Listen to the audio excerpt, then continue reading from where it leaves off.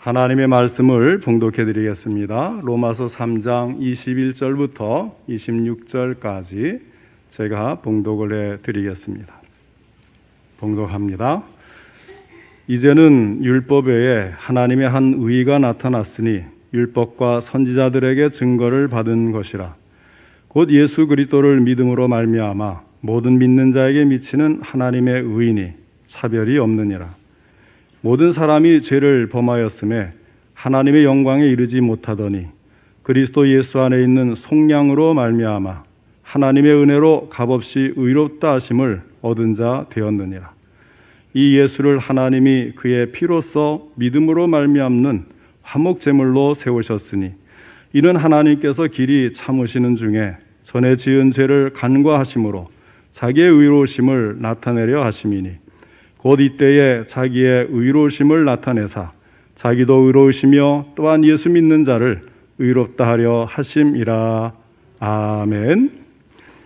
오늘은 십자가에서 죽으신 예수님, 이 제목으로 함께 말씀을 듣겠습니다. 오늘도 하나님께서 예배드린 우리 성도님들을 만나주시고 생명의 말씀을 통해서 풍성한 은혜를 내려주시기를 축원합니다.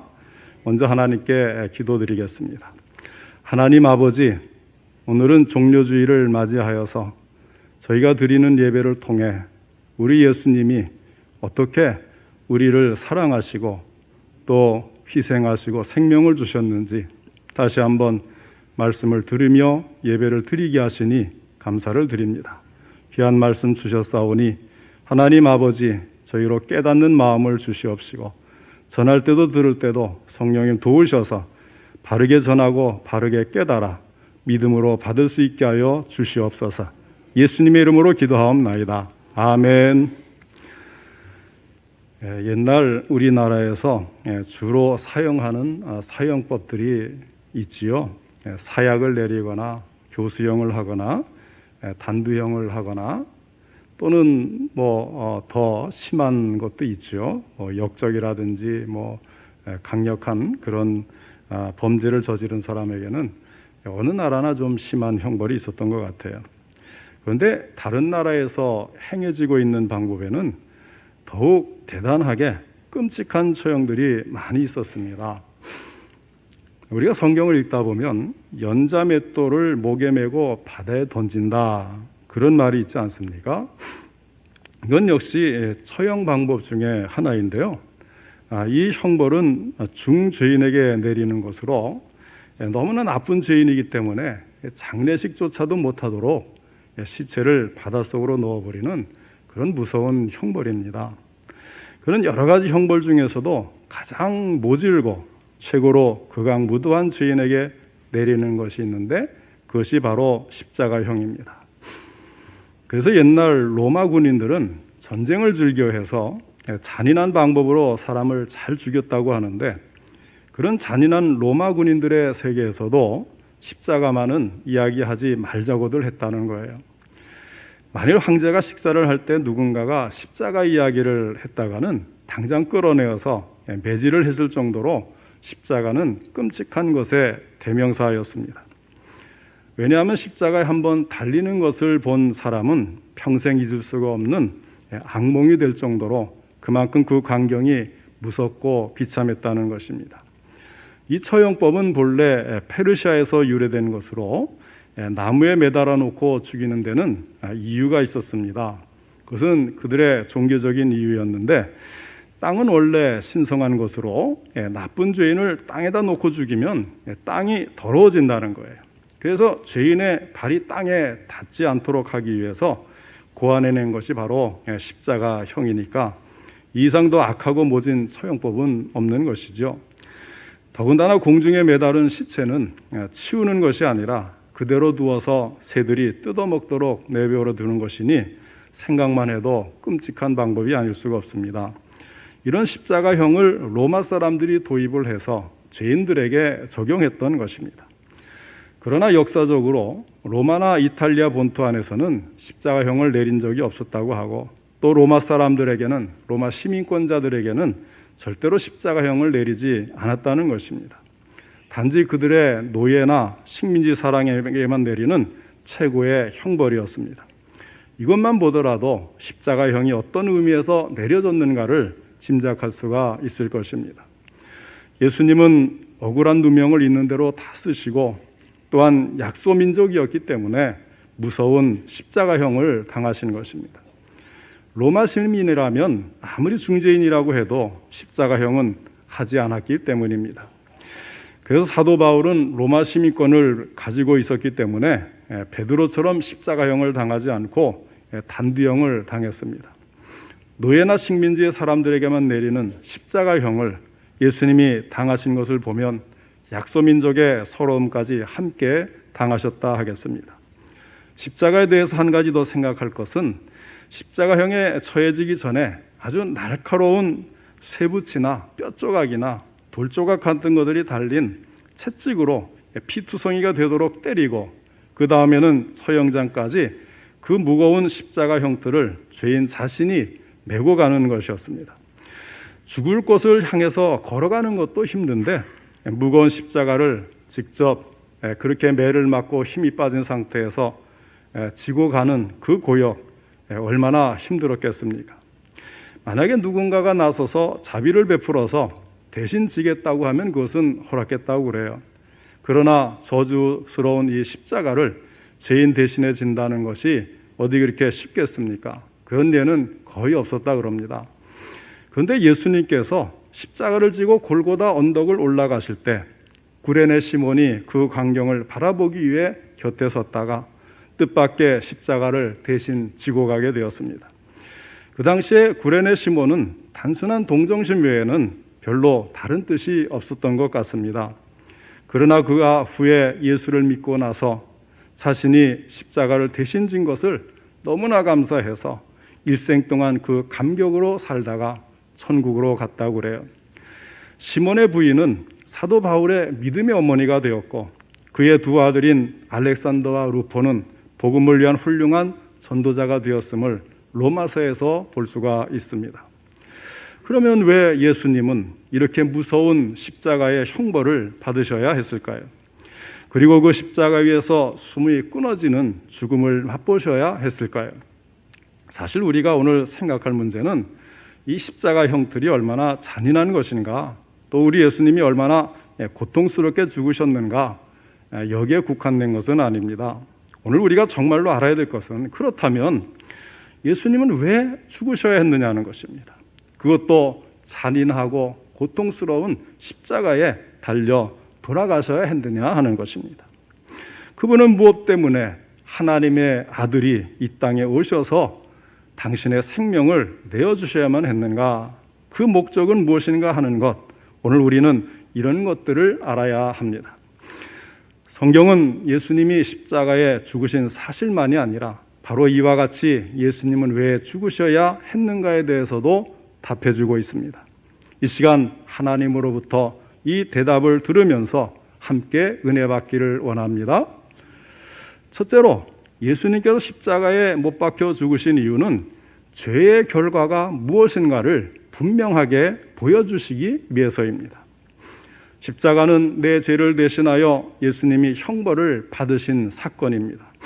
그런데 이사야 53장 5절에 그가 찔림은 우리의 허물 때문이요 그가 상함은 우리의 죄악 때문이라.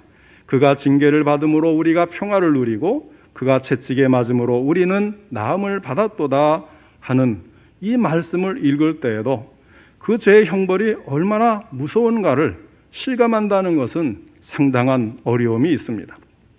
그렇지만 전에 한번 그리스도의 순환이라는 영화가 나왔죠. 멜 깁슨이라는 분이 감독 제작을 해서 전 세계적으로 상영이 되었는데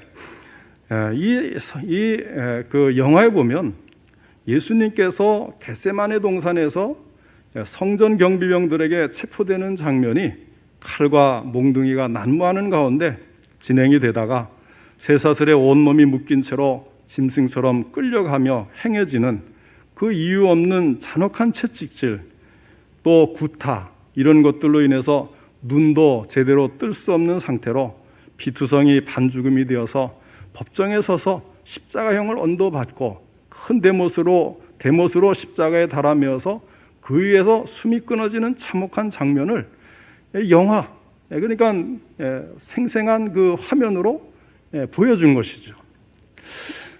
비록 영화로 만든 장면이지만 너무나 실감나게 고통받는 장면을 보면서 줄곧 마음속에 느끼는 것이 있었어요. 내 죄의 결과가 저렇게 큰 것이구나. 내 죄가 하나님 앞에서 심판을 받고 형벌을 받을 때 저렇게 엄청난 형벌을 받아야 하는 죄로구나. 그런 생각이 드는 거예요. 그저 막연하게 십자가 했는데 그 십자가를 사실적으로 표현하는 영상을 보니까 그것이 단순한 형벌이 아니었던 것입니다. 무슨 말씀입니까?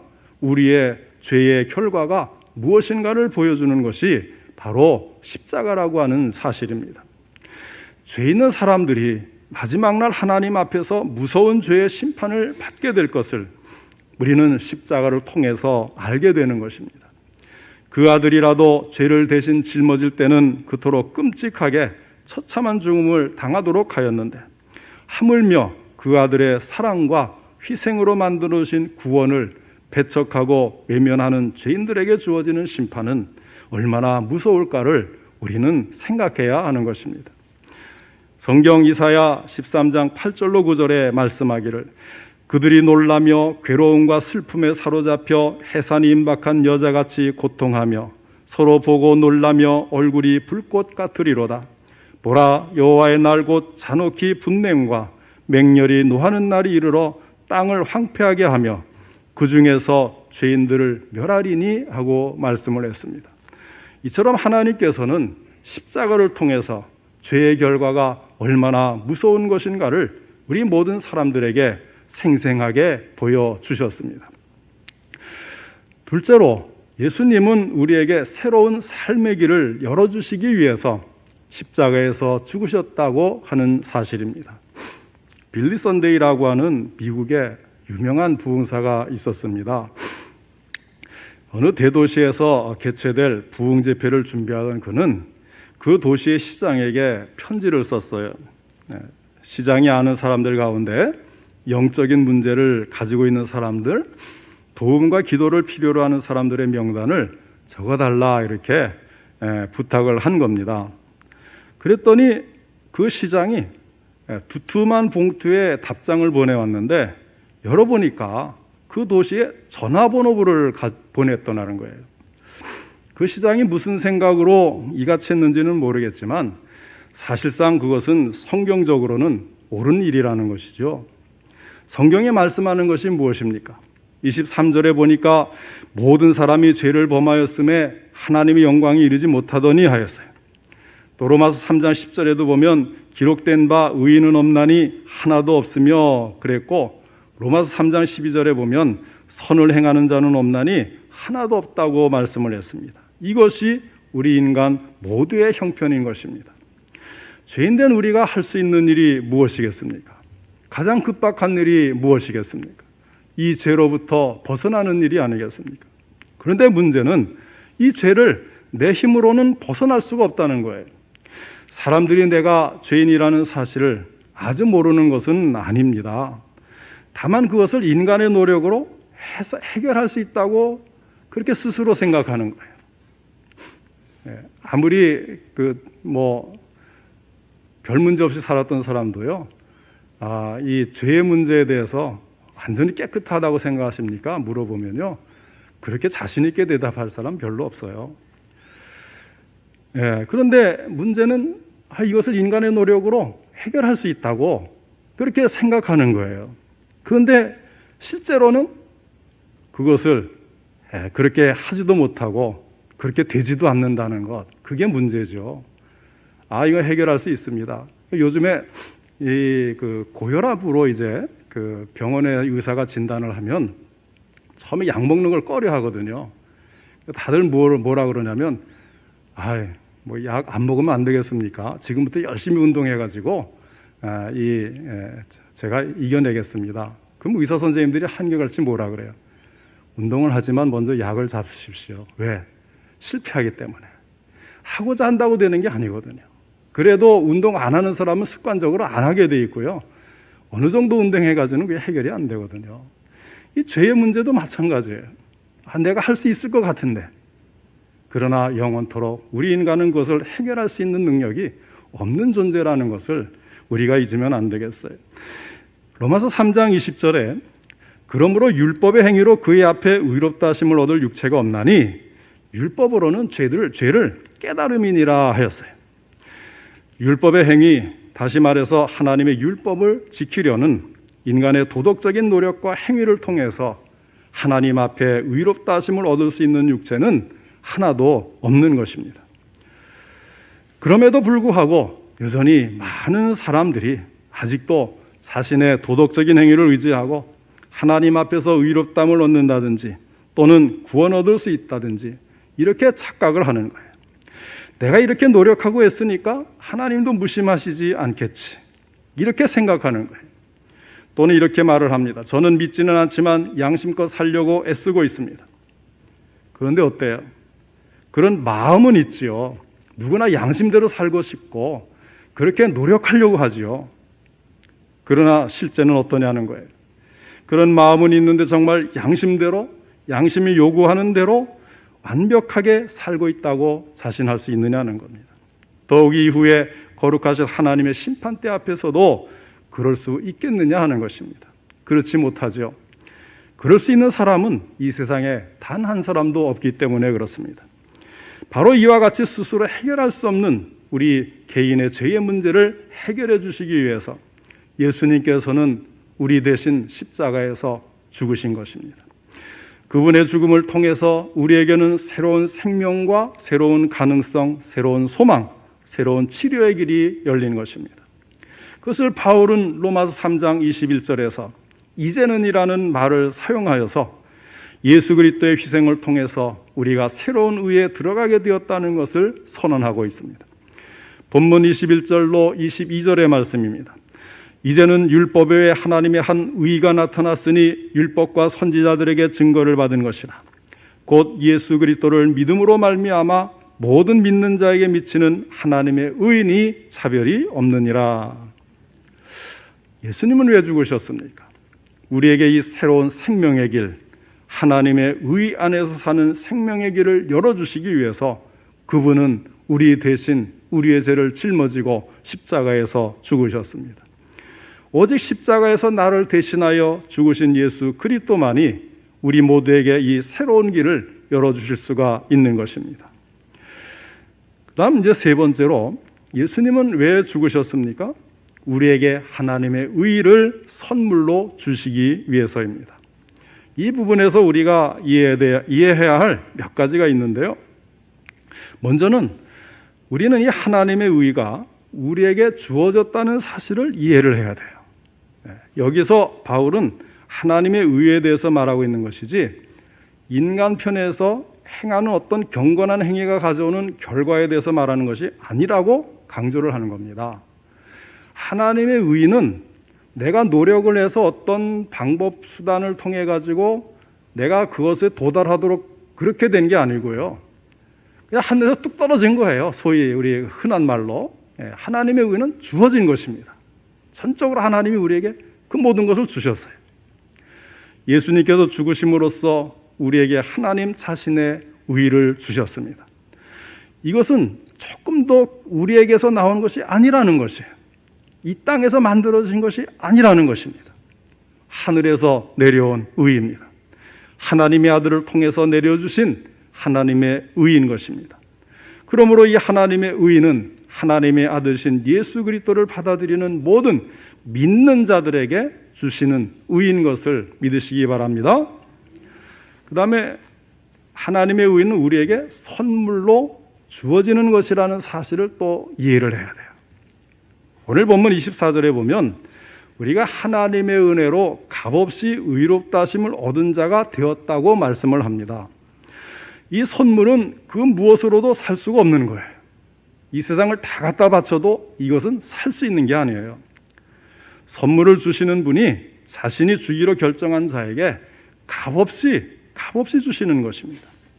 하나님께서는 그분의 아들을 믿는 모든 자들에게 그분의 의의 선물을 주시기로 결정을 하셨습니다. 또 예수님께서 자신의 생명을 희생함으로써 우리가 이 의의를 얻을 수 있게 되었다는 사실을 이해해야 되는 것입니다. 25절에 예수님이 화목제물로 세워졌다고 말씀하고 있어요. 하나님의 의라는 이 선물은 선행이나 율법 준수와 같은 값을 치르고 살 수 있는 것이 아닙니다. 화목제물, 짐승이 죽어서 피를 흘려서 그 값을 치러야 돼요. 그러니까 우리에게는 선물로 주어졌지만 그 값은 예수님이 자신의 피로, 우리 주 예수 그리스도의 피 흘림을 통해서 주어지는 것임을 꼭 믿으시기를 바랍니다. 그 다음에 우리가 또 이해해야 될 것은 이 의의 선물은 우리가 그리스도께 믿음을 드릴 때에 받는 것입니다. 다른 건 다 필요가 없어요. 그거는 또 가능하지도 않아요. 오직 한 가지, 믿음으로 받는 것입니다. 믿음이 아니면 이 선물을 받을 수가 없어요.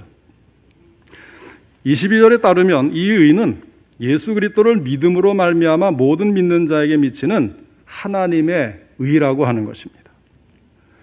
그러니까 예수님은 거저 주시는 거예요. 그 하나님의 의를 완벽한 것을 주시는 겁니다. 그런데 그것을 받아들이는 믿음, 그거밖에는 이걸 받을 방법이 없는 거예요.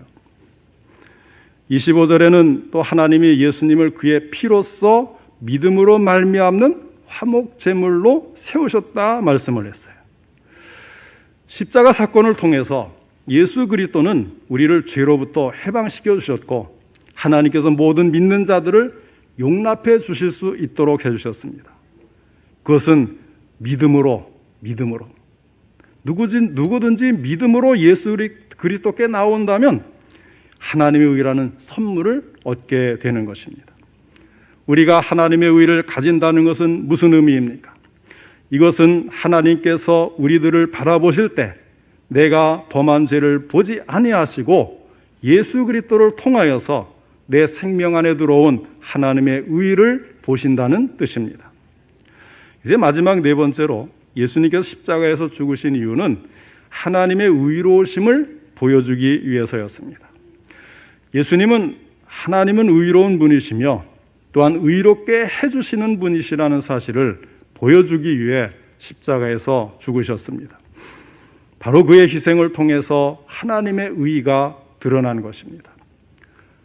예나 지금이나 이 사회에서요, 유전무죄, 무전유죄라는 말이 없어지지를 않아요. 아무리 정의를 부르짖고 사회가 공명정대한 대로 많이 발전했다고 하는데도 여전히 이것이 완전하게 지워지질 않는 것을 우리가 보고 있습니다. 돈이나 권력이 있으면 아무리 큰 죄를 지어도 빠져나갈 수 있는 것이 인간 세상의 일이라는 것입니다. 힘없는 사람은 빵 한 조각, 장난감 한 개 훔쳤다는 절도죄로 유기징역을 살게 하면서도 힘 있는 사람들은 수십억, 수백억을 횡령하고 뇌물을 써도 합당한 이유 없이, 절차 없이, 대가 없이, 때로는 무죄, 때로는 유죄라고 해도 집행유예를 통해서 풀려나는, 이럴 때마다 많은 사람들이 탄식하고 세상의 불공평함을 원망하지 않습니까? 바로 이 불공평함이 불의인 것이에요. 공평함은 정의입니다. 마찬가지로 하나님께서 합당하지 않게 우리를 무조건 용서하고 풀어주셨다면 하나님은 결코 의로운 분이 되실 수가 없는 것입니다. 그러나 하나님은 의로우신 분이십니다. 온전하신 도덕을 가지신 분이십니다. 그리고 세상을 온전한 도덕과 공의로 다스리시고 마침내 그에 따라서 심판하실 분이십니다. 그런데 만약 하나님께서 의롭지 않은 방법으로 우리를 용서해 주신다면 우리의 양심조차도 결코 만족할 수 없을 것 아니겠어요? 죄는 반드시 벌을 받아야 하고 그 대가를 치러야만 해결될 수가 있는 것입니다. 그가 찔림은 우리의 허물 때문이요 그가 상함은 우리의 죄악 때문이라. 그가 징계를 받음으로 우리는 평화를 누리고 그가 채찍에 맞음으로 우리는 나음을 받았도다. 우리는 다 양 같아서 그릇 행하여 각기 제 길로 갔거늘 여호와께서는 우리 모두의 죄악을 그에게 담당시키셨도다. 이사야 53장 5절로 6절의 말씀입니다. 이처럼 예수님은 우리의 모든 죄를 친히 담당하시고 십자가에 못 박혀 돌아가셨어요. 얼마나 그 대가가 처절하고 고통스러웠던지 예수님은 내가 목마르다고 말씀을 하셨고 나의 하나님 어찌하여 나를 버리셨나이까 하고 외칠 정도로 힘들고 고통스러웠습니다. 그러므로 우리는 주님의 십자가를 생각할 때마다 주님 어찌하여 나 같은 죄인을 사랑하셔서 십자가에서 그 고귀한 생명을 바치셨나이까 말해야 할 것입니다. 만약 하나님께서 벌을 주시지도 않고 그저 인간의 죄를 용서해 주시기만 한다면 하나님을 정의로운 분이라고 말할 수 없을 것입니다. 반대로 또 하나님께서 이 전혀 용서하시고자 하는 그런 마음도 없이 벌만 내리신다면 또 자비로우신 하나님이라고 말할 수 없지 않겠어요? 그런데 하나님은 그 성품에 맞게 의와 자비, 공의와 사랑 모든 것을 동시에 나타내 주시는 분이십니다. 그것이 바로 십자가 사건인 것입니다. 십자가에서 행하신 예수님의 희생은 하나님 아버지의 진노를 보여주셨을 뿐만 아니라 믿음으로 그 아들을 믿는 모든 사람들의 죄를 제거해 주시는 사랑과 자비를 보여주신 것입니다. 하나님께서는 당신의 진노를 당신의 독생자에게 쏟아 부으심으로 우리에게는 그 진노가 미치지 않도록 해 주셨습니다. 예수님의 죽음을 통해서 그리고 그 죽음에 대한 믿음을 통해서 우리는 죄의 사슬에서 놓여났고 영원히 하나님의 의와 하나님과의 교제를 체험할 수 있게 되었습니다. 우리를 위해서 이 위대한 일을 행하신 하나님은 과연 어떤 하나님이십니까? 공의로우시며 동시에 자비로우신 그분은 우리가 엎드려 경배해야만 할 하나님이십니다. 예수님께서 왜 죽으셨는가를 이해하게 될 때 우리는 우리가 어떻게 살아야만 하는가도 깨닫게 됩니다. 믿음의 사람으로서 우리는 또 하나님의 의를 받았을 뿐만 아니라 그 의 안에서 또한 살고 있습니다. 사랑하는 성도 여러분, 예수님께서 십자가에서 죽으심으로 우리는 하나님의 의를 선물로 받았습니다. 예수님은 우리들을 위해 죽으셨습니다. 이제 우리가 해야 할 일은 무엇이겠어요?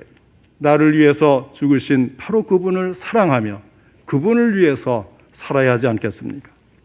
이번 주간은 고난주간입니다. 고난주간은 하나님의 크고 넓으신 은혜와 사랑을 맛보며 사랑의 주님께서 우리를 용서하시고 품으시는 그 사랑에 감사하는 은혜의 기간이 되어야 할 것입니다. 또한 주님에 대한 사랑을 다짐하고 충성과 헌신을 결심하는 기간이 되어야 할 것입니다. 우리는 이 귀한 주간에 자신의 삶을 돌아보면서 내가 언제 어느 때 주님의 은혜와 사랑을 덧입고 하나님의 자녀가 되어 용서의 복음, 자유의 복음, 선물로 주신 하나님의 의 안에서 하나님의 생명을 누리며 살아가는 사람이 되었는가를 깊이 묵상하시기를 바랍니다. 그러면서 또한 천국의 은혜와 기쁨을 전하면서 찬양하는 그런 고난주간의 모습을 보여줄 수 있기를 주님의 이름으로 축원합니다.